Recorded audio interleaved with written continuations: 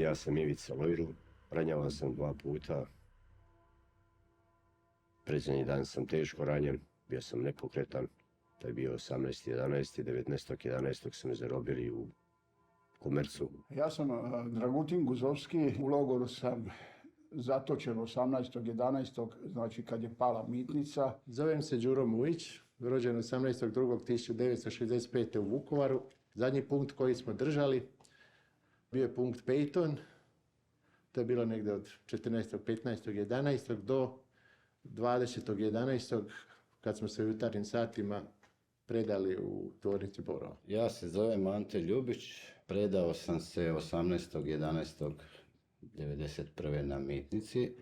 Proveo sam 9 mjeseci u logoru ili 271 dan u zarobljeništvu. Dubravko Gvozdanović, u trenutku zarobljavanja bio sam djelatnik policijske uprave Vukovarsko-srijemske ispostave Vukovar. Zarobljen sam 18.11.1991. godine, a razmijenjen sam u drugoj velikoj razmjeni 22.5.1992. godine. Zove se Dubravko Dujić, ja sam bio nešto više od 3 mjeseca. Franjo Vodopija, Ferika. Ja sam Snježana Maljak, Vukovarka. Ja sam Ante Špar iz Komletinaca. Đuro Levačić. Ivica Banožić, bio sam u logoru 9 mjeseci. Josip Barun, rođen sam u Vukovaru 66. godine. Do 19.11. su me zarobili kod Petrovaca.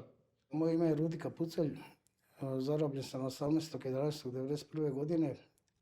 Proveo sam u logoru, znači 6 mjeseci.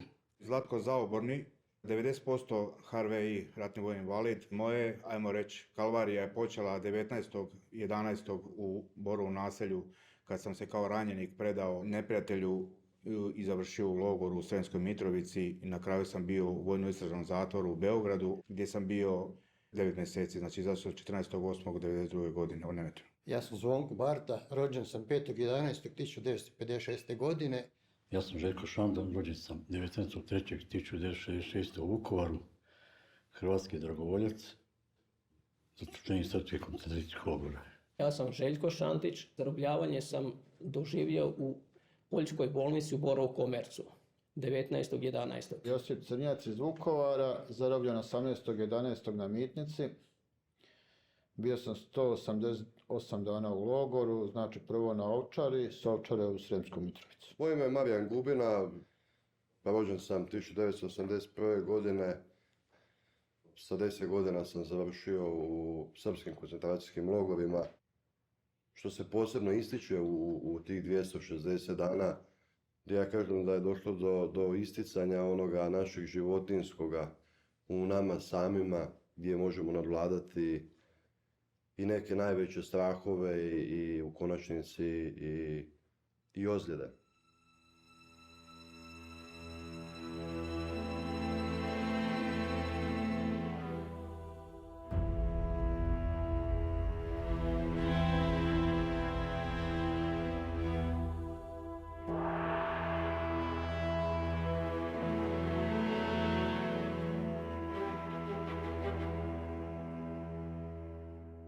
Ta priča završava 18.11.1991. godine za mene na mitnici, kada se događa zarobljavanje, i tog dana odvedeni smo na Ovčaru. Ja sam igrom slučaja bio među prvima koji su ubačeni u taj hangar na Ovčari, koji je danas memorijalni centar. I gdje smo u stvari proveli jednu noć, čuvani od strane vojne policije. Tijekom noći su počeli dolaziti četnici i tu bilo raznih prijetnji, da će nas poklati, da će nas pobiti. I onoga posebno čeg se sjećam što mi je ostalo u memoriji, a nije karakteristično za Vukovar i vukovarsko govorno područje, jesu prijetnje: ajde bre, da vas izvedemo van, da vas zaoremo. Kad sam izlazio iz dvorišta, nisam vidio više ta 4 čovjeka naša, ali sam vidio, ima jedno stablo iza kuće. Kišnica je padala. Vidio sam da visi gol čovjek na tom drvetu. vezan za noge. Glava je bila dolje. U samom autobusu počeo se prebijati, premačivati i do mene je došao jedan i izvadi mi je lančić ovako i mi je lančić se raspelo i on kaže odakle ti to, rekao to mi je od nečaka uspomena i on to meni vratio nazad.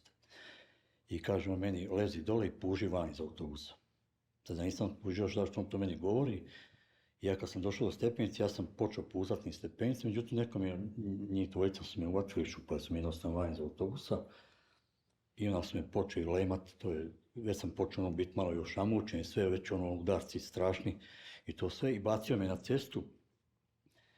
Kad sam legao na cestu, osjetio sam mokro ispod sebe, to je bila krv u stvari, to je bila ljudska krv ispod mene i gledao sam čovjeka koji mi je krkljan bio prerezan. Znači legao sam i gledao sam čovjeka koji je bio tad to.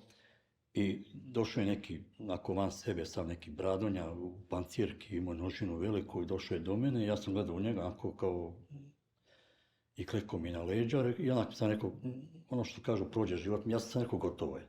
To sam prošao mi kroz glavu, rekao gotov sam, pošto sam bio ranjen u ruku, imao sam zavijenuo to. I on je mene zavio mi ruku na leđa, jednom drugu i počeo me vezati. Zavezao me i ja kao rekao, živit ćeš ti još to, to ono što sam u tom momentu razmišljao o tome svemu. I kad me je digao, ja sam vidio da jedan iz automatske puške puca jednom u čelo glave. I onda su me uzeli, bacili su me niz tu padinu i pao sam, znači kako je bio taj dugački zid te farme, iza je bio neki mali obor drveni, a rasvjeta je išla iz dvorišta, baš u taj obor, tu je bila jedna velika gomna leševa su ležale, to znači naši dječki koji su autobusi prije nego što su dolazili, tu su ih ubijali, bacali te mrtve tu. I onda su nas poredali sve uz taj zid i došla jedna grupa četnika i sad taj koji su nas očekivali, ti koji su došli, oni su došli sa obrade na tema. I on je rekao ovome, kaže, te vodi na Gornje bare. Kasnije se to uspostavilo, to štrand, to je jedno odmaralište, kupalište na Bogojevu tamo. I tamo je plava rotacija išla je ona vojni džip sa vojnom policijom i išli su žene i djeca sa autobusima. Tamo su dolazili, jer naš vozač tog autobusa nije htio utjerati autobus među te farme, će ostao na cesti. On je zna vjerojatno što se to treba događa sve. I stao je, taj kampanjola je stala, izašao je oficir i rekao je tom nekom tamo koji je to sve vodio, kaže, šta radite s ovim ljudima, kaže, to su naši, kaže, oni idu, već on rekao kako. Kaže, ne može, ja sam odgovoran za taj konvoj, kaže, daće te ljude u autobus. A prije toga, kad su nas počeli vačati u autobus, on je dvojicu naših odabrao, donesao kante sa vodom i lopate i tu su krv, znači s lopatom su tu krv sa ceste prali i slanjali, da očiste taj dio ceste ispred autobusa.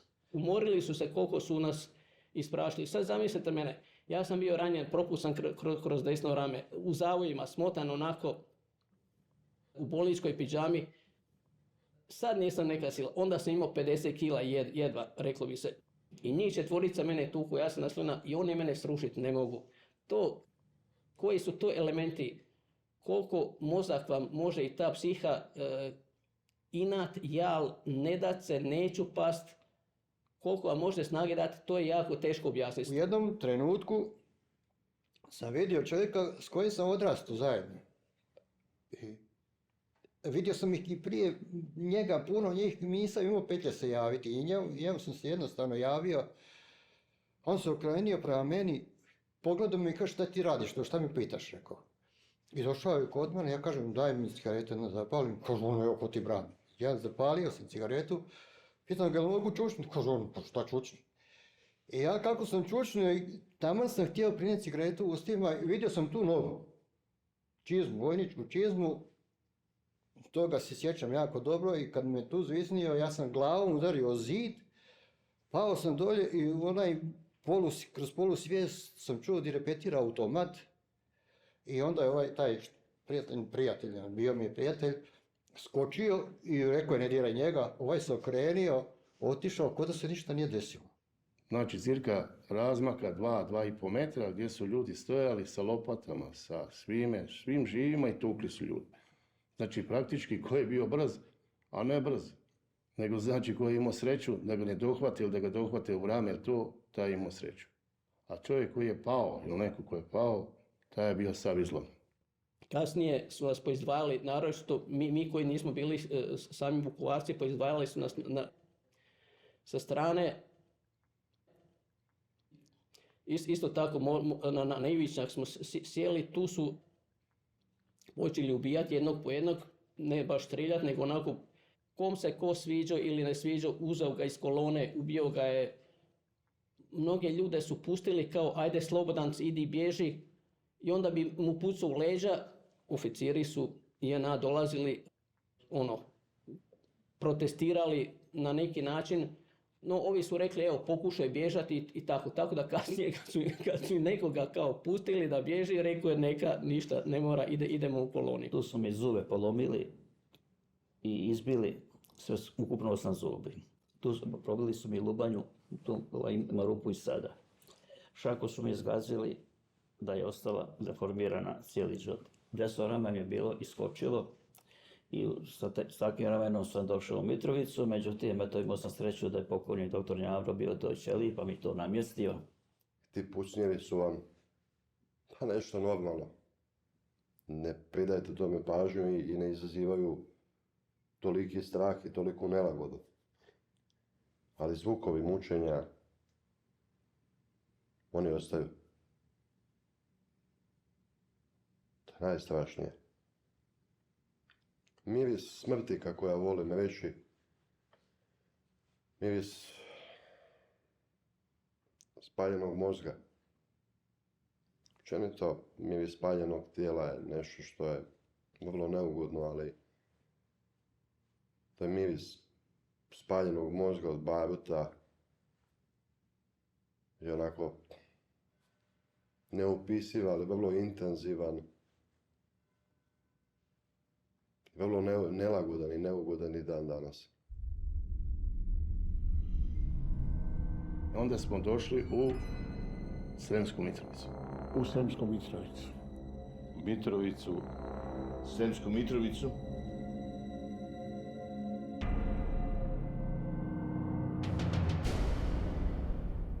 Kad su me zarobili, vezalo mi jednu, drugu ruku, omča oko vrata, išli smo prema Petrovcima svojih jedno 3-4 km.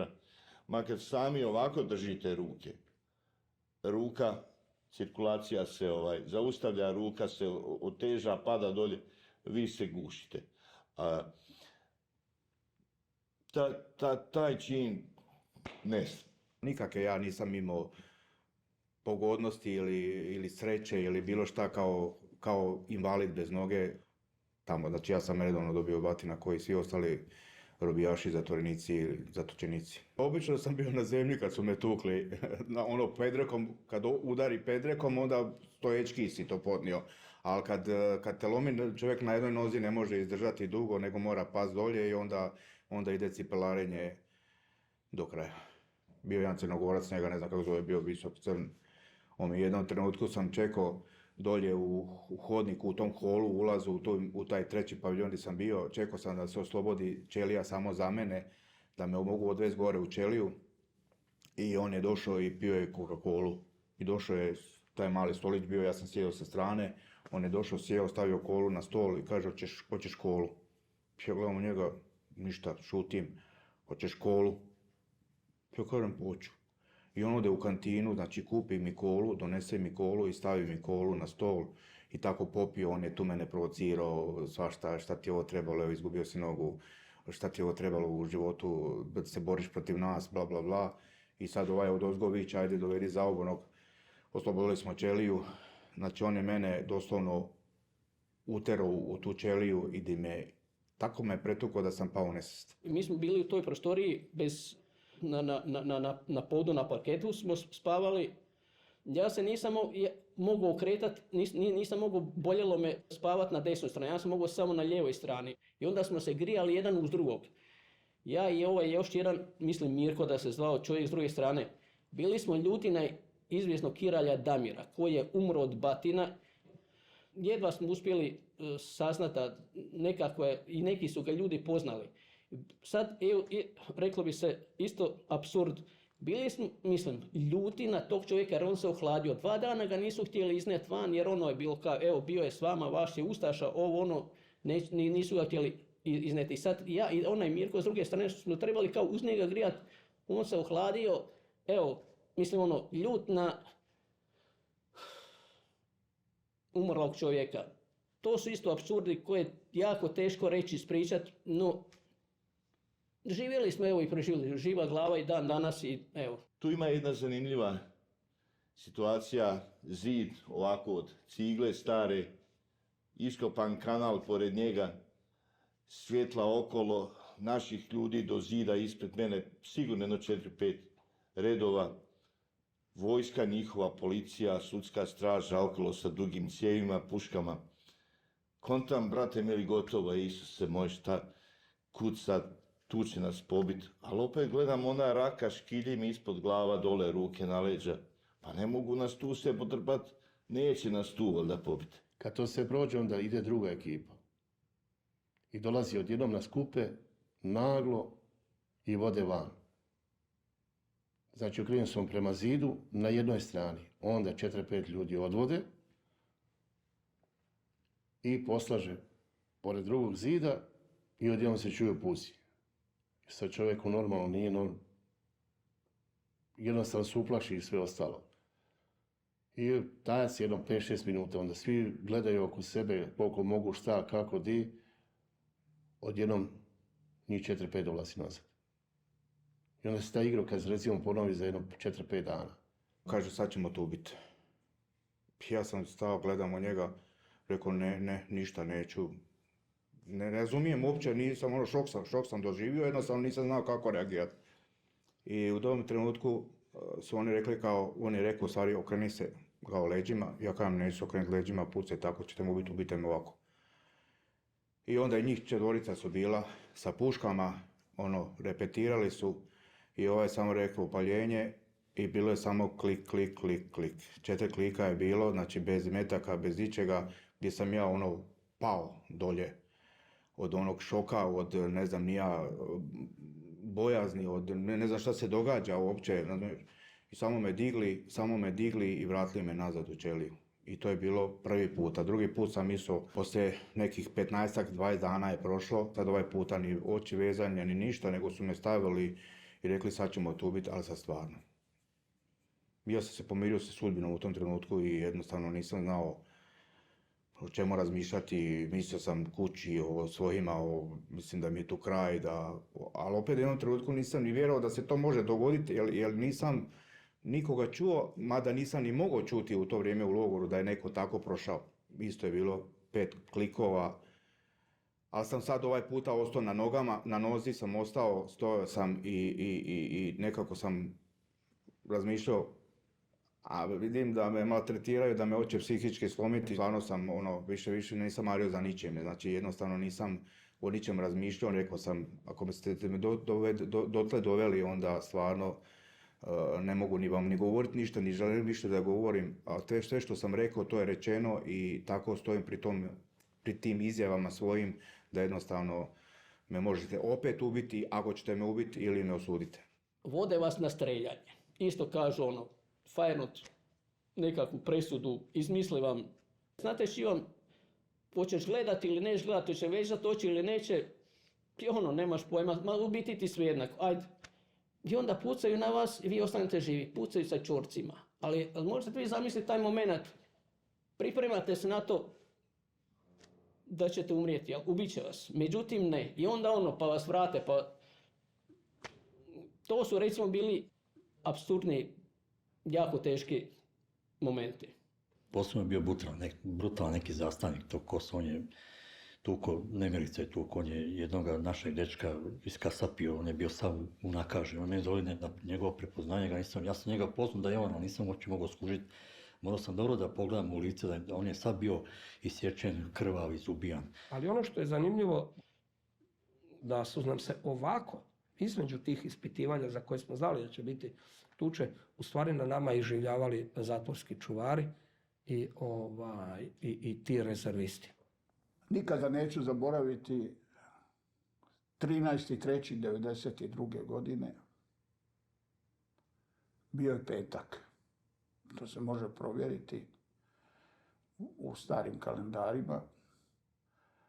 kada su došla bez ikakvog razloga 3 vojna policajca, bili su Bosanci. Naravno, ja sam znao da su oni došli da ubiju svoje prijepodne i da se malo zabave. Polomili su mi 7 rebara, prsnu kost, desno rame mi je napuklo. Oni su mislili da sam ja gotov i tako su me ostavili me dole na betonu. Kad sam došao sebi, ja sam ostao ležati na tom betonu i ja čujem da na onoj špijunki koja ima jedini kontakt sa vanjskim svijetom, može se pogledati da li je netko u ćeliji ili nije. Ja sam znao da me neko promatra i onakav polomljen, ja sam uzeo i napravio sam 2 skleka. Čuo sam kako se otključavaju vrata od samice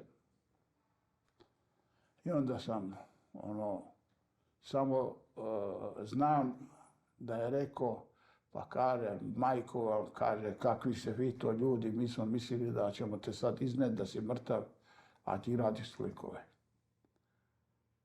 Ja kažem, za razliku od tebe, ja imam motiv za čega trebam živjeti, pa makar u kolicima nije važno, ali ja ću ostati živ. Jedna situacija kod nas svih se često ponavlja u glavi, naravno, jer svi mi se u biti pravimo da smo živi. Ja to imam pravo reći. Mi svi koji smo uopće hrvatski vojnici, koji su sudjelovali u obrani Hrvatske, mi se svi pravimo da smo živi. To je nama negdje sve spakirano u pitaj Boga koji dio glave. Ja recimo često kažem da nikada ne sanjam to što sam tamo prolazio, ali supruga recimo govori da često noću vičem, galamim, vrištim. Ja se toga ne sjećam ujutro, naravno. Međutim, teško je bilo, stvarno je bilo teško i uvijek se sjetim one izreke. Ne daj Bože nikome ono što čovjek može izdržati.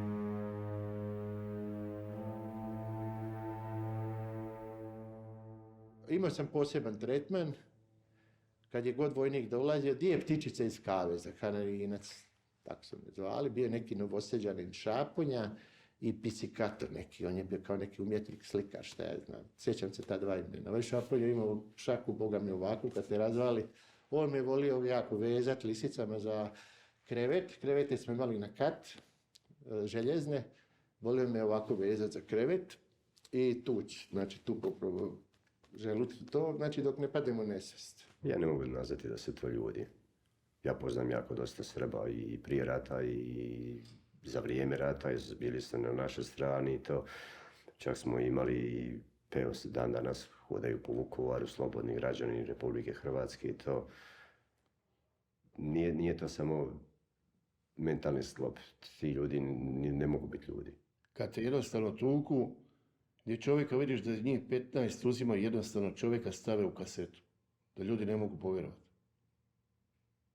Da su nas toliko tukli da recimo nas 40 ljudi, 50 se, prvo su nam dali stomakliju njihovu, takozvano s ovim pelinom šta imaju. Gdje smo bili takozvani bili pijani. Gdje se nas tukli, gdje je čovjek imao broj 48 koji je svakog drugog čovjeka tuko dolje tu. Koji je bio specijalista, doveden iz švicarskog zatvora, koji je znači radio u švicarskom zatvoru 10-12 godina. Znači zna gdje treba udariti, znači gdje treba tući. Da su ljudi ležali dolje po hodniku, govorim ponovno, da se čovjek stavi u kasetu. Ljudi ne bi mogli vjerovati.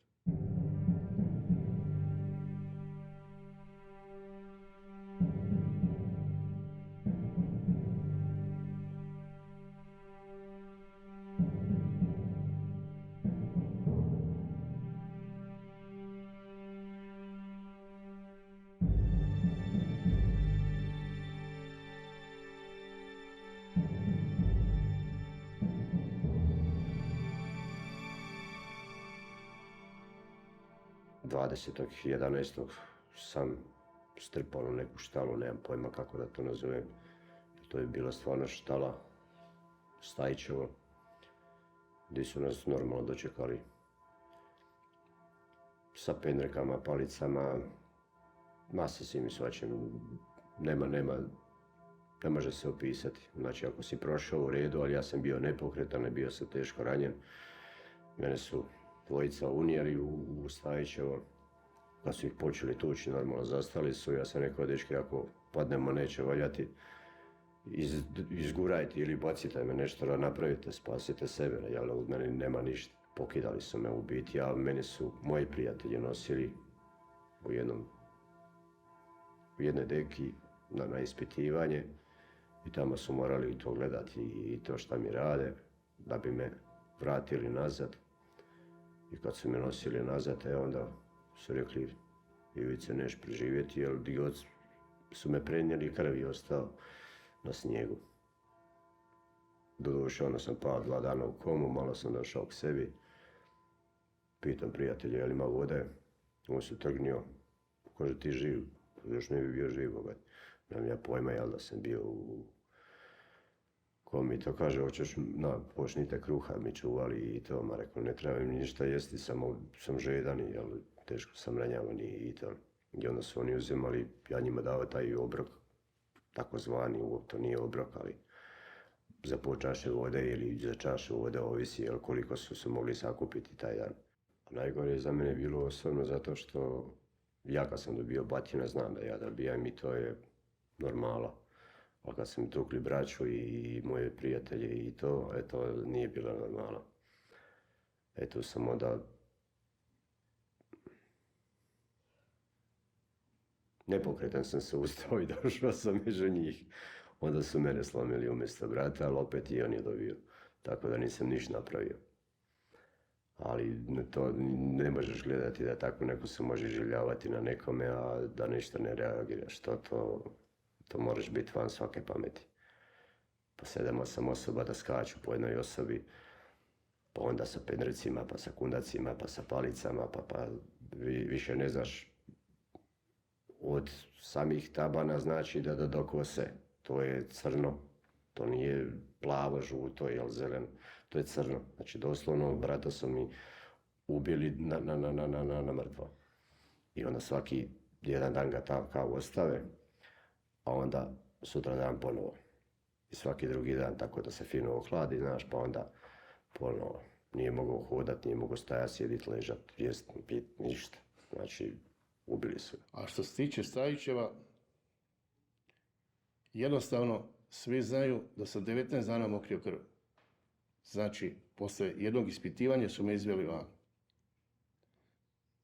Taman je došla smena. Znači, to su ljudi bili 100, 120, 140 kila. Neobrazovani. Jednostavno, ne mogu nazvati ljude. Kada sam izašao van, nije jedno 7-8 rubinov konjak su pili, to sam zapamtio. I onda je počelo udaranje. I čovjeku se javi neki inat da čovjek se digne. Znači, njih 4, 5 su me tukli. Sa čizmama sve ostalo. Znači, ja sam se 5 puta dizao. Da bi došao mlađi jedan dečko nakon srednje godine, rekao, kaže, ako se budem još jednom digao, da će me ubiti. Batire sam dobio, znači, po stopalima, po stražnici, po rukama, po dlanovima. Znači, danas nemam cirkulacije ni u rukama, ni u nogama. Od batina. Znači, bio sam 3 mjeseca u samici. I onda svaki jedan dan ga kao ostave, a onda sutra dan ponovo. I svaki drugi dan tako da se fino ohladi, znaš, pa onda ponovo. Nije mogao hodati, nije mogao stajati, sjediti, ležati, jest, pit, ništa. Znači, ubili su ga. A on drugom bratu, njega su isto toliko tukli dok mu je plućna maramica nije popucala i to. Mene su u Stajićevu dok sam bio odveli jedan put u Zrenjanin kao na previjanje i to, kao teškog ranjenika.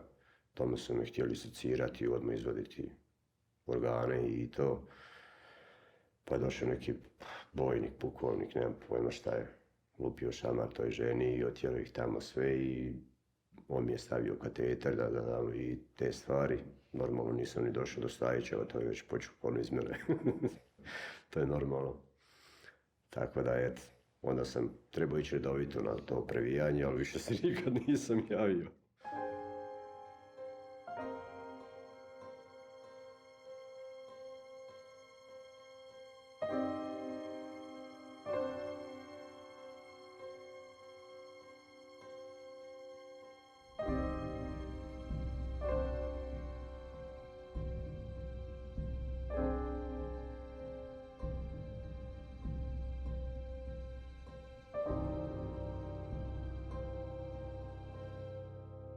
Prvoga 7. smo prebačeni, nas 26, jedno malo, recimo u Marici smo prebačeni za Beograd, na vojno istražni zatvor, znači za taj specijalni sud u Beogradu. Međutim, taj naš odlazak do Beograda je bio strahovit. Oni su svako malo, znači svaka kontrolna točka su zaustavljali to vozilo, nas su izbacivali iz vozila, vezali su nas za neke, one znate sa strane ceste što ima, tu su nas vezali lisicama. I jednog momenta smo mi imali, znači između ćelija je bilo, to su nam bile utičnice za televizore, znate ono, pa sad kad skinete utičnicu možete u drugu ćeliju imate rupu, to je bio bušir, pa se moglo proturiti cigarete ili poruka do druge ćelije. A tamo vam čuva nije moguće u ćeliju u Beogradu, samo je službujući časnik, odnosno taj dežurni oficir i nešto upravnik zatvora, oni su ili pravnik, on je mogao ući u ćeliju, a čuvar nije smije ući samostalno. Imao je jedna vrata bila zatvorena, a druga kad otvore ima rešetke, tako da možete zapaliti cigaretu i to. I u tom momentu kad smo mi mijenjali cigarete, on je otvorio vrata i vidio da mi to radimo. I onda su nam upali. To je bio užasno. Ovaj me je tuko, neki moj mrcina je bio, on me je tuko, ja kada molim te daj više udarim na drugu stranu, polomio sam mi sva rebra, ovdje ne mogu disati. Znate, ono kada noževe zabija. Čak smo imali i odvjetnika. Gdje je odvjetnik čitao borbu, a sudija nas ispitivao. Gdje nam bilo najteže. Tako da nekih drugih stvari, što bi se nadovezao za mog prijatelja Jurića, ja mislim, koji je rekao da nas više odvjetnik ne brani.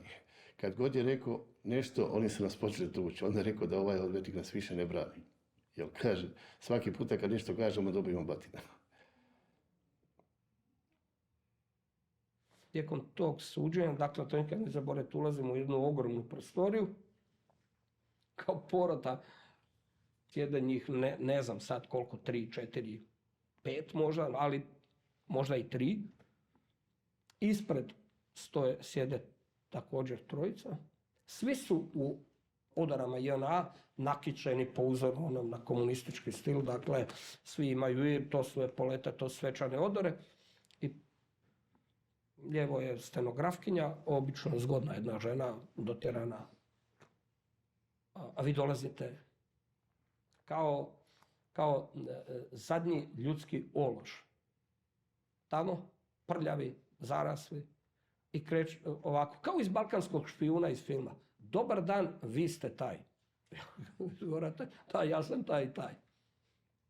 I onda kreće, jel znate zašto ste optuženi to i to? Znam šta imate reći, osjećate li se krivim? Ne osjećam se krivim, molim da uđe na zapisnik, da je taj izjavio da se osjeća krivim. Šta? To je to, osuđujete se i priča je završena, izađite van. Kasnije kao, ajmo reći, ne znam kako sada to kažem, elita ili kako da kažem, bolji borci, a ja to ne bi tako rekao, su nas prebacili u Niš. Ulazimo, znači, u srce tog zatvora, znači, u najgori dio. Isto, doček, izlazimo iz autobusa, špalir vojnika, znači, kundaci, noge, premlatili su nas, ušli smo u sobu, bilo nas, ja mislim, nekih 45 na drugom katu, gdje započinje, znači, po meni, taj Niš jedan od najgorih logora, a najgore su bile batine, znači svako večer noću idu po sobu, ide, znači, njih jedno 7-8, onako u kratkim majicama, imaju palice, boksere, šta ja znam, sobu po sobu van, u hodnik, koljena na zid, čelo na zid, ruke na leđa i jednog po jednog lome dok ne padneš dole. Tako svako večer. Ulazim, znači, kod ispitivača prostoriju, znači sa vrata odmah u rogove, podigao mi stup i kaže on vodi ga u ledaru. Kaka ledara? I sad mene policajac, kroz jedna vrata, druga, to sve ko neki, sve je ograđeno, sve je u nekim krugovima. I vode oni mene u prvi kat, drugi kat, željezne stepenice. Ušao sam u neku prostoriju, 5-6 vojnika sjedi, onako nonšalantno. Kaže, evo nama nove ptičice. Uvode me u hodnik i ja sad kreškom oka vidim da su to samice. Ovako dugačak hodnik i kaže skidaj se. I ništa, ja skinem, gore sam imao neku majicu i tup, kaže on ne do gola. I ja sam se tu morao gol skiniti, sad da skinem čarape, kaže on nemoj da skida čarape, pošto me on prethodno, da li je to bio pendrek ili neka žila, ne znam, toliko istuku pod tabanima da mi je, rastopao mi je totalno i to je krvarilo i već se onako skorilo i sad kaže ajde da ne moramo doktora zvati ovo, nek mu ostane čarape.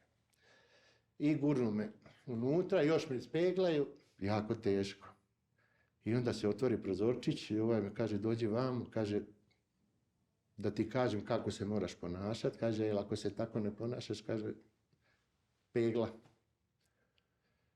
I kaže on meni, prvo moraš na pola prostorije stajat, kad god svjetlo gori, moraš stajat, ruke na leđu, glavu dole i okrenut leđima prema vratima. Ne smiješ gledat na vrata. Dobro. I ugasi se svjetlo i ništa. Ja sad opet, dok je svjetlo gorilo, vidio sam da tu postoji neki čučavac i ništa više, samo beton. I ja se tu cvokoćem tresem, stajat nisam mogao normalno, stajao sam bočno na nogama onako, jer nisam mogao stajati ravno. Da bi se upalilo svjetlo, strka, vika, panika, ja na podu, vidim čizme lete oko mene, udaraju me, tuku me, lomi me i ništa, samo hladno, opet zatvore se vrata i izađu u vodu. I ja sad razmišljam, tu se kroz glavu svašta ti prolazi, bolje da sam se ubio, bolje da ovo, bolje da ono, da li ću preživjeti, šta će sa mnom biti, čujem noću krikove, ne znam da li je noć, ne znam da li je dan, pošto su bili, prozor je bio, kako vam rekao, otvoreno, bila je promaja, ali nisi mogao znati ali noć ili dan, ili vrijeme koje prolazi. Da li sam ja tu bio 5 dana, 10 dana, ja nemam blage veze. Ja ne znam koliko puta sam padao u nesvijesti i svašta, znači, da li su noću dolazili, da li danju, nemam pojma. Uglavnom, došao sam u taj stadijum da su ušli, ležao sam dole, ovaj vikao ustani, ovaj kaže, ovaj je gotov. Ja sam bio, znači, plav kao indigo boja, promrzao. Ne znam da li sam, jedva sam i disao. Srce mi je možda radilo na 30 otkucaja. Uglavnom, oni su me izvukli van, oni su me i obukli, nisam mogao ništa. I kako su me vukli, tako su me jedan vojnik uzeo sa leđa i nogom me je udario da sam sa tog drugog kata pao dolje na betonsku pistu. I tu sam oba dva koljena, kasnije sam saznao da sam smrsko te ligamente, pojma. Međutim, u tom trenutku ja to nisam ništa osjećao, adrenalin, strah, promrzao sam bio sav, ja sam uvode me u moju sobu, to je bila soba 8. na drugom katu. Tu su me 3 dana, sjećam se, držali na radijatoru. Čudna je priča,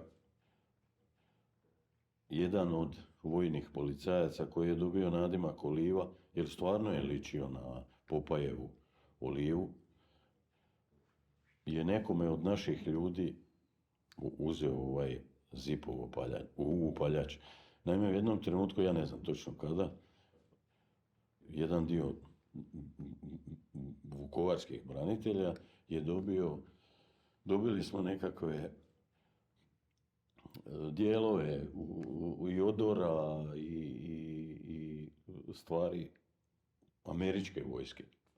Ja pretpostavljam da je to neko od naših ljudi, iseljenika i tako vjerovatno, što se kaže, doturio, to je srpska riječ, ja rijetko srpske riječi upotrebljavam, Tako da je vjerovatno taj vojnik je nekome od naših ljudi ovo uzeo.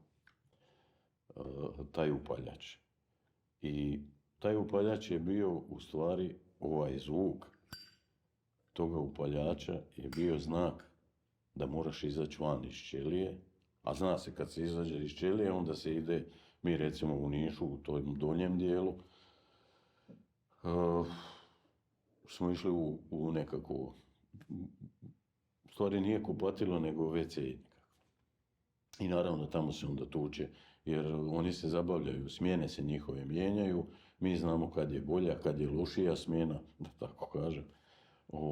I većinom su tu bili birani ljudi koji su dobivali batine. I svaki puta kad bi došao do toga koga treba izvest, okrene ovaj upaljač, znači moram izaći van. I na samome odlasku iz Niškog zatvora, pri ulasku u autobus, taj isti tip je mene zagrlio, ne znam, kasnije u razmišljanjima, vjerovatno zato da ti napravi zlo, jer sa nekakvim grlenjem, bar kod nas Hrvata, grlenje je znak nekakve prisnosti. U prvom trenutku nisam to shvatio, naravno. Kad me je zagrlio, valjda da pokaže mojima da sam ja njihov bio, što su mi znali govoriti, pevač, ili danas kažu zviždač. Naravno im to palo na pamet i to su te stvari, sitna ta podmetanja. Međutim, u tom grljenju ja sam u toj njegovoj uniformi osjetio upaljač. Taj isti koji me je na desetine puta izvodio van i mene i druge, naravno. Nisam ja ništa ni lošije ni bolje prolazio od drugih, jel? I jednostavno, ja kažem, ja sam borovsko dijete, mi smo rasli na ulici, na cesti. Cesta je zakon. Ko tamo preživi, bar je kod nas tako bilo, taj je baja, što kažu Slavonci.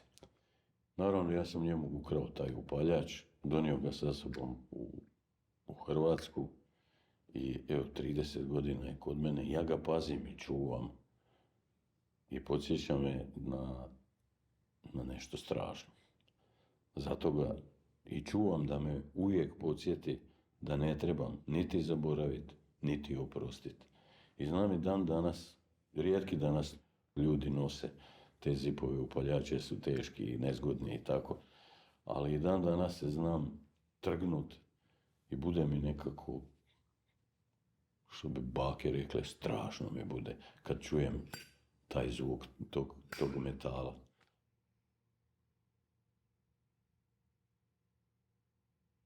Najgori dan, znači, bio je 15.1. kad je bila priznata Hrvatska. Tad je bilo, tu su nas tukli, kako su stigli i čim su stigli. Oni su nas tukli od 9 sati jutro do 4 sata posle podne, sutra dan ujutro. Zato što je Hrvatska bila priznata. Priznanje Hrvatske bilo, tu noć je bilo fešta, tu lupanje glavama u kaseti, streljali su napolje u hodnike. Bili su nemrzni, ali nemogući. A što se tiče Ženevske konvencije, pa niko se od njih toga nije pridržavao. Većina nas spominje uvijek taj jedan nama nesretni datum, a s druge strane Hrvatskoj jedan od najbitnijih datuma, to je 15. siječanj, dan kad je Hrvatska država priznata. Mi naravno u ćeliji nismo znali šta se dešava. Bili smo stavljeni na pod, morali smo leći. Točno ne znam koliko je bilo vojnika, odnosno vojnih policajaca, jer nas je po zatvorima ovima čuvala vojna policija. Njih je bilo možda jedno 12, 15, ne znam. Uglavnom, oni su hodali po nama, skakali po nama, po glavama, po rukama, morali smo imati ispružene ruke, prste. To je trajalo, ne znam, ne može, pazite, u nekom vremenskom periodu, u tim zatvorskim danima čovjek ne može pričati jer povremeno se gubiš, normalno ne znaš ni znam samo koje je doba dana. Jel? I da je strahovito hladno. Ali skakali su sigurno 2-3 sata, možda i više po nama. To je bilo, mislim, nema tu pretjerivanja, ali je, podovi su bili od onih takozvanih vinaz pločica nekakvih. To je bila usirena krv ostala poslije dole. Kad su nas natjerali da se dignemo. I naravno u tom gaženju, u tom udaranju, pazite, čovjeku, mom pokojnom prijatelju, nažalost ja imam više prijatelja gore nego dole, mom pokojnom prijatelju, gospodinu, u pravom smislu riječi, gospodinu Otu Blaževiću, jednom od zapovjednika Mitnice, njemu su slomili lubanju. Međutim, šta je? U tom skakanju, u toj tuči, u tom udaranju smo doznali da je Hrvatska priznata od Ujedinjenih naroda. I sad je to je jedan osjećaj. Ja jesam i mi Slavonci kažemo lajav čovjek, ali nemam tu riječ za opisati taj osjećaj. Kad čuješ da je ta država za koju si, a pazite, čovjek je dao sve, što se kaže, stavio glavu na panj za tu državu. Pa šta mi, dragi Bog, da. Neki, nažalost, nisu to doživjeli, mi na sreću je to jesmo.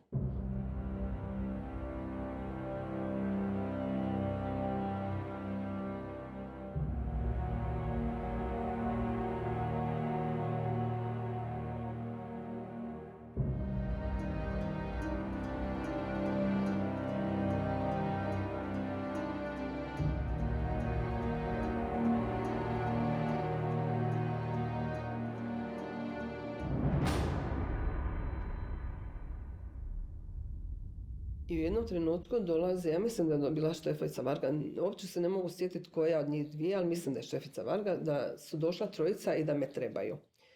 To su bili Jovica Radan, Željko Vračarić i Dušan Ivković. I ja sam došla u tu prostoriju, oni su sjedili na krevetu i rekli da ne moram birati koji ćemo od njih silovati. Meni se u tom trenutku svijet okrenio, zamračilo mi se sve. Mislila sam da me dolje nešto vuče, da propadam. Pružila sam ruku, biti neka osoba koja mi djelovala nekako najpripitomljenije, kako bi rekla. Pružila sam samo ruku i u Dušana Ivkovića i on je od onda dolazi svakodnevno i vodi me na silovanje. I taj čovjek, znači, kažem jučer na semaforu, znači ja jučer, 35 godina nakon rata, koliko već ima, znači ja s 32, ja se jučer svađam u svojim mislima s njim, s kojim pravom on mene ima zvat, pitat da mi porazgovaramo. O čemu? O tome što sam ja, znači što si me svaki dan odvodio na silovanje protiv moje volje. Ja sam rekla, gdje su vaše žene? Sad se tu silite nad nama, vršite šta vršite, svoje, ne znam što bi rekla, psihu liječite, ali ne znam šta radite nad nama, više nas uništavate zbog toga što vaših žena nema. Ali to jednostavno ne dopire do tog tamo mozga, do čega već više, ako ga imaju uopće. S nama su četnici mogli raditi što su htjeli, mi smo imali slobodnu volju, ali da mu kažeš, mama, šta mu neću, ko si ti, šta si ti, Mislim, ja uopće ne mogu to shvatiti, taj dio ne mogu shvatiti i meni je svuda najljepše biti, ja živim u ovom gradu, volim svoj grad, ali ja tu živim radi svoje obitelji. Iskreno, evo, ovo sad prvi put javno govorim. Ja u Vukovaru živim zbog svoje obitelji.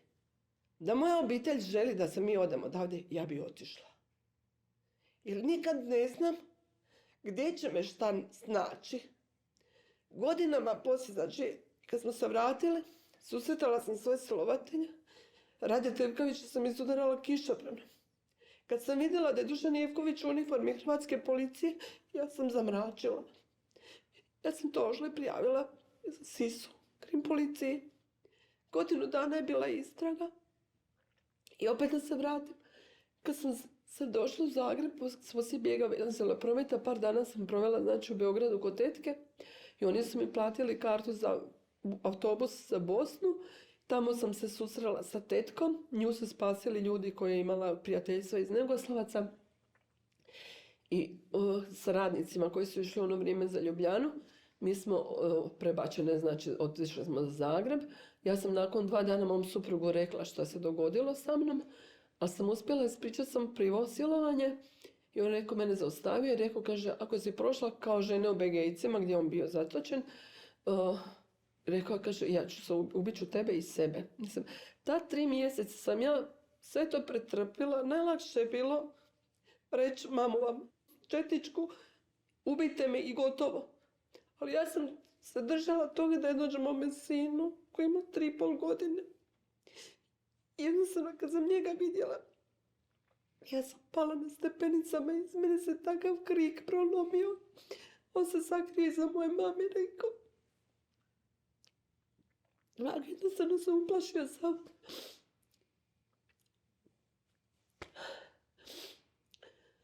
Jednostavno sad sam već u toj situaciji da mi se sve smiješalo, da sve nepovezano, vraćam se i u prošlosti i sadašnjosti i sve. Ali hoću reći to da kad sam ja predala SIS-u, onda sam ja mome mužu rekla do kraja istinu što se događalo i zašto dolaze kod mene na razgovore. Moj muž je dobio slom živaca. Njemu je u 2 noći morala doći hitna, dati mu injekciju za smirenje, jer on je lupao, razbio sve i po kući i po dvorištu, to je bio iz njega krik. Mi imamo, ono vrijeme smo 3 djece imali, jednostavno da ja njemu nakon 10 godina, nakon svega toga pričam, ali ja 5 godina nisam mogla ni psihijatru reći.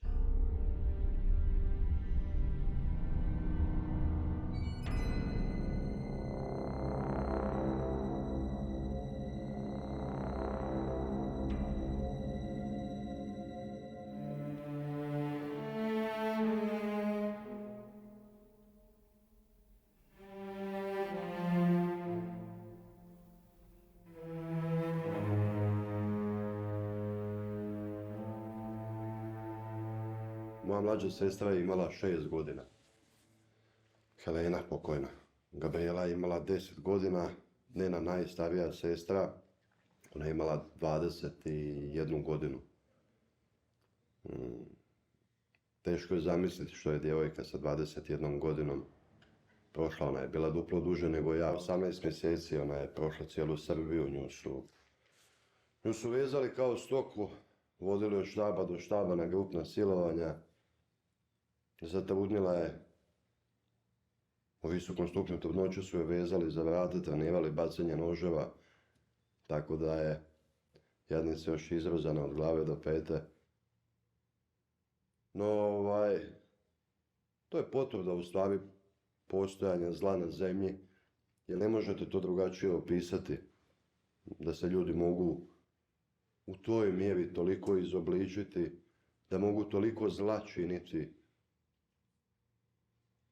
No eto, to je sudbina nas, bivših logoraša, koji smo na ovaj ili onaj način dopali u ruke četnika. Nena je odvedena i rijetko kad se vraćala, a kad se vraćala, bilo je to samo na kratko, jer je dobila jasnu zapovjed gdje se mora javiti i kada ponovo na grupno silovanje. Jedna je zovita situacija gdje gledate jednu mladu osobu, jednu djevojku koja dolazi iskidana i fizički i psihički. Ali nevjerovatna ta snaga njena. Pazite, ona se ponovo vraćala. Vraćala se i zna gdje se vraća. Samo iz jednog razloga. Da bi pokušala sačuvati ostatak obitelji. Kada vam kažem da u situaciji kad sam kao 10-godišnje dijete bio dodijeljen jednoj srpskoj obitelji kao rob, da je to bilo ugodno. Znači, ta situacija je za mene bila nekoliko stepenica blaže. A sa 10 godina sam radio teške fizičke poslove, jednako tako iščekivao kad će neko od njihovih vojnika me pokupiti, streljati, ubiti u prolazu, onako i štosa. Pazite, to je bilo seosko imanje, nije bilo da nečeg fali. Se zamislite da mi smo na rubu da umremo od gladi, a ne smijemo ništa pojesti. Ne smijemo ništa taknuti. Jer su oni napravili inventuru i rekli mami kako ona održe komad kobasice, tako da će oni održat komad Helene, mlađe pokojne sestre.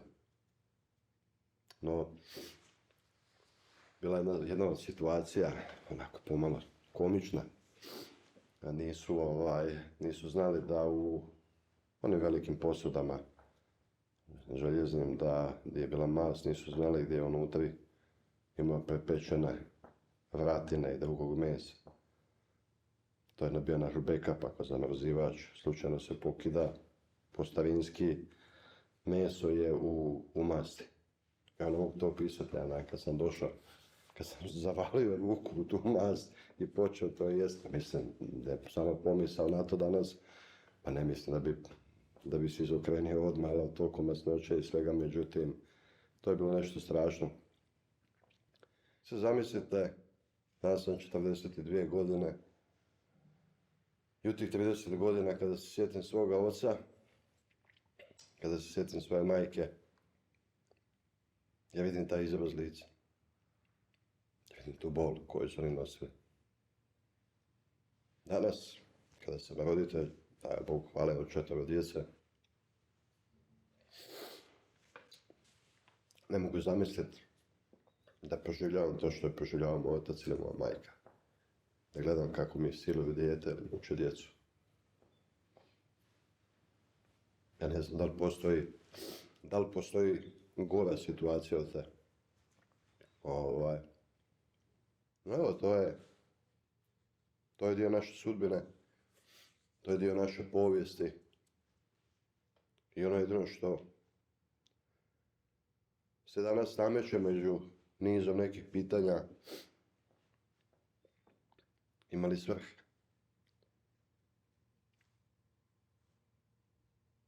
Imali sva ta polivena krv, imaju li sve te silne suze, imaju li one neku težinu i neko značenje, hoće li to biti na neki način pozitivno iskorišteno za ovu Hrvatsku, za sve Hrvate. Imaju li smisla naše svjedočenja, naše ponovo proživljavanje te boli, ima li to nekog smisla, hoće li to neko prepoznati?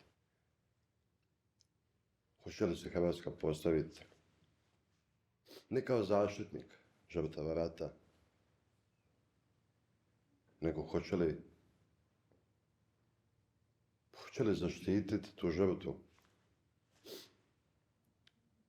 Ili će se samo politički to zastupati na određene datume? Definitivno je najteže, najbolnije i najmučnije je ta slika, taj izraz lica mame i oca, ta tuga i bol koju oni su nosili, taj strah. Mislim da je to nešto najteže. I mislim da je najveća tragedija koja čovjeka može snaći je to da gleda kako mu neko muči vlastito dijete, a da je nemoćan. To je nešto što je daleko, daleko najstrašnije. Ne mogu ni zaboraviti ni oprostiti, zato što je puno mojih prijatelja poginulo pred mojim očima. Dobri ljudi, od zlih ljudi, koji su bili spremni dati svoj život. I zašto oprostiti nekome? Kakav je to čovjek s druge strane koji može to napraviti? Ne. Ja sam puno toga vidio. Bilo je i dobri ljudi, ne mogu reći. Ali to zlo što je išlo na mene, za čega da mu oprostim? Danas sutra kad bi ponovo uzeo bi pušku, to je zlo. Želio uništiti. Čujte, da su oni samo meni nanijeli zlo, meni osobno, možda bi oprostio. Ali ovo što sam napravio mom narodu, ne mogu. Ne mogu. Ja sam naučio da ne mrzim nikada, nikoga. I dan danas ne osjećam mržnju prema ničemu. Da sam ja oprostio, to ide sa mnom. Zaboraviti ne mogu, to je jasno. Da što je rekao bombaš, gdje god se sretnemo, gdje god svaki čošak, svaki ugao, svako nešto posjeća me na nešto. Mi živimo dan danas s tim gradom tu i sa tim ratom. Uvijek kažemo, ovdje sam mogao nešto bolje napraviti, ovdje nisam. Ovdje sam trebao ovako, ovdje nisam. Mi dan danas živimo s tim. Znači, zaboraviti ne mogu, to je jasno, ali oprostiti, ja ne znam da li sam mrzio da bi trebao oprostiti. Mislim, mi smo imali pružili ruke pomirenja i dan danas imamo nekih, baš zbog tih naših ruka što su im pružili, danas imamo neke posljedice vučemo. Pa zaboravit, velim, vjerojatno ne. Koliko god se mi, ne znam sad, isto drugima imaju svoje neke mehanizme, mentalne mape, ne znam sad kako bi sve to skupo nazvao. A oprostit, pa recimo i da, čisto, ali kako bi se reklo, ne želim ih ni vidjeti ni čuti. Ja osobno ne mogu ni oprostiti ni zaboraviti, jer meni je ubijen brat na Ovčari. Imam 24 godine. Otac mi je poginuo. I još 3 bratića. Otišao gore. Nikada. Ma ne. Ne. Samo u Bogu, kažem, u Bogu i to treba čovjek biti u velikoj vjeri da bi uspio taj mir zadobiti, da se oprosti, a zaboraviti nema šanse. Nema šanse. Zaboraviti nema šanse. To se ne može dogoditi jer oni su radili zlodjela totalno. Znači, oni su nama sve pokušali uništiti, a pogotovo ovo tu u glavi, koliko toliko smo gledali da ostanemo pametni i sve. A oprostiti, nekim oprosti ko može. Ne možete to ni zaboraviti, jer to su vječno traume. Ja znam i sad ponekad sanjati te, pa se probudim u goloj vodi. Znači, toga nema oproštaja, ani zaborava. Zaboraviti ne možemo, a živi se mora dalje. Pa zaboraviti, pa vjerojatno bi mogao, kao i sve u životu, napraviti jedan klik u glavi i to zaboraviti, no naprotiv, radim na tome da se ne zaboravi. Radim na tome da se ne zaboravi, jer to je jedan od načina na koji možemo odati počast svim žrtvama rata. Oprostio sam, ja mislim da sam oprostio još u 6. 7. mjesecu. Pa čak se mislim i da javno, evo i ovo je u neku ruku javno priznanje, da odem kod jednoga i da kažem, da ga pogledam u oči, evo ko što se mi sad vidimo, doduše ne bi sjedili, bili bi vjerojatno odvojeni. Brate, što se mene tiče, oprošteno ti. Ja sam ti predao Bogu i gotovo. Tako isto bilo koji drugi problem. Kad ne mogu riješiti, onda kažem, Isuse, misli se ti. Jer kad ključ izgubim, Isuse, di mi je, on mi pogled nosi, eno ti ga, tamo je. Nađi ga, što ćeš se opterećivati. Jer onaj ko je počinio zločin, on ima taj teret u sebi. I on bi to trebao reći, ali ako neće, što da se ja sam, hvala Bogu, preživio. Čujte, kome oprostiti kad ne traži oprost? Zaboraviti neće sigurno. Oprost niko ne traži. Ko nije kriv, nema mu šta opraštati, a evo dalje, nek zatraže pa ćemo vidjeti. Oprostiti, ne šta. Ja sam bio tamo gdje je trebalo biti, ja sam branio svoje. Nemam razloga da ih mrzim, to su pojedine osobe koje su nama činile zlo. njima ne mogu nešto ni oprostiti, niti bilo šta, ali zaboraviti to definitivno ne ja, nijedna od nas koji smo bili tamo, sigurno, sa sigurnošću mogu reći da ne može se zaboraviti. Jer to imamo, evo, i sinoć kad sam prije nego što ću doći dati ovu izjavu, isto nisam spavao, ne ja, nije niko od nas, to vam garantiram, jer to je stres, šok. Sad je moj prijatelj bio prije mene, nisam mogao ni gledati to uopće, a ne da bi zaboravio. Ne treba zaboraviti, oprostiti, to treba svatko odlučiti ponaosob u skladu sa svojim religijskim uvjerenjima i vjerovanjima. Neke stvari se možda moraju javno oprostiti, ali se neće nikad u duši oprostiti. A zaboraviti se neće nikada. Oprostiti. Našao sam svoj mir. Ja spavam dobro, ja ne znam kako oni spavaju. Dugo sam se ja s time borio. Moji duhovi ratni hodaju sam. Ja živim u naselju u kojem sam ratovao. Ja iz moje ulice kad izlazim autom, gledam ravno na kuću mog suborca Špenca,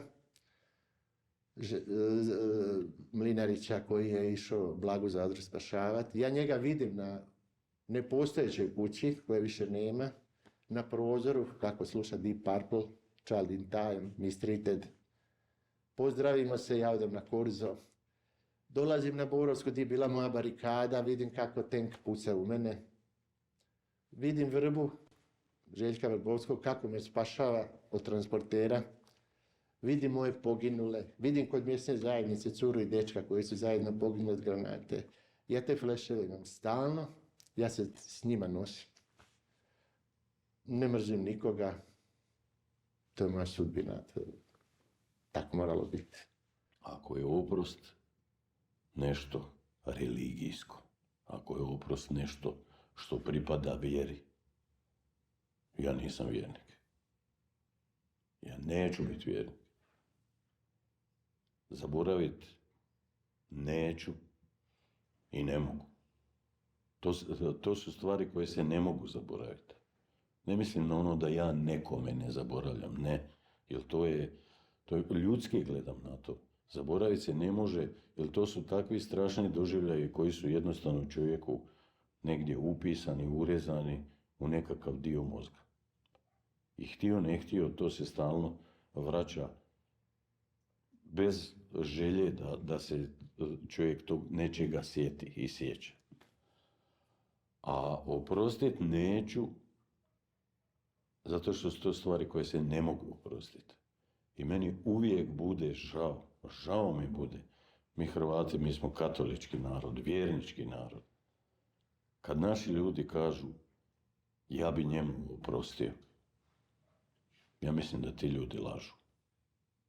Ti ljudi lažu.